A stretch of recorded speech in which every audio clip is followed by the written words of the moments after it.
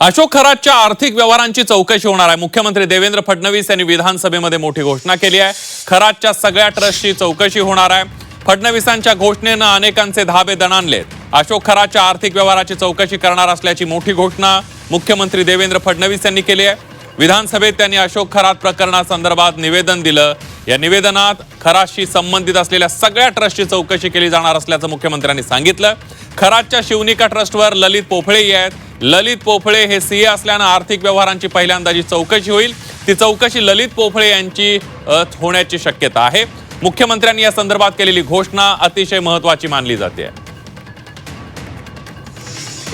आरोपी अशोक खरात याच्यासोबत संगनमत करून कोणी वरिष्ठ प्रशासकीय अधिकारी यांनी कोणते आर्थिक गैरव्यवहारामध्ये सहभागी होऊन काही आर्थिक गैरव्यवहार केले आहेत का याच्याही बाबत सखोल चौकशी सुरू आहे।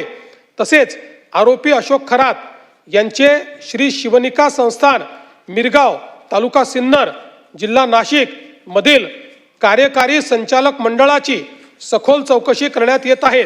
तसेच अशोक खरात यांचे इतरही काही संस्थान ट्रस्ट असतील तर त्या संस्थानांची व त्यावरील कार्यकारी मंडळातील सदस्यांची सखोल चौकशी सुरू आहे।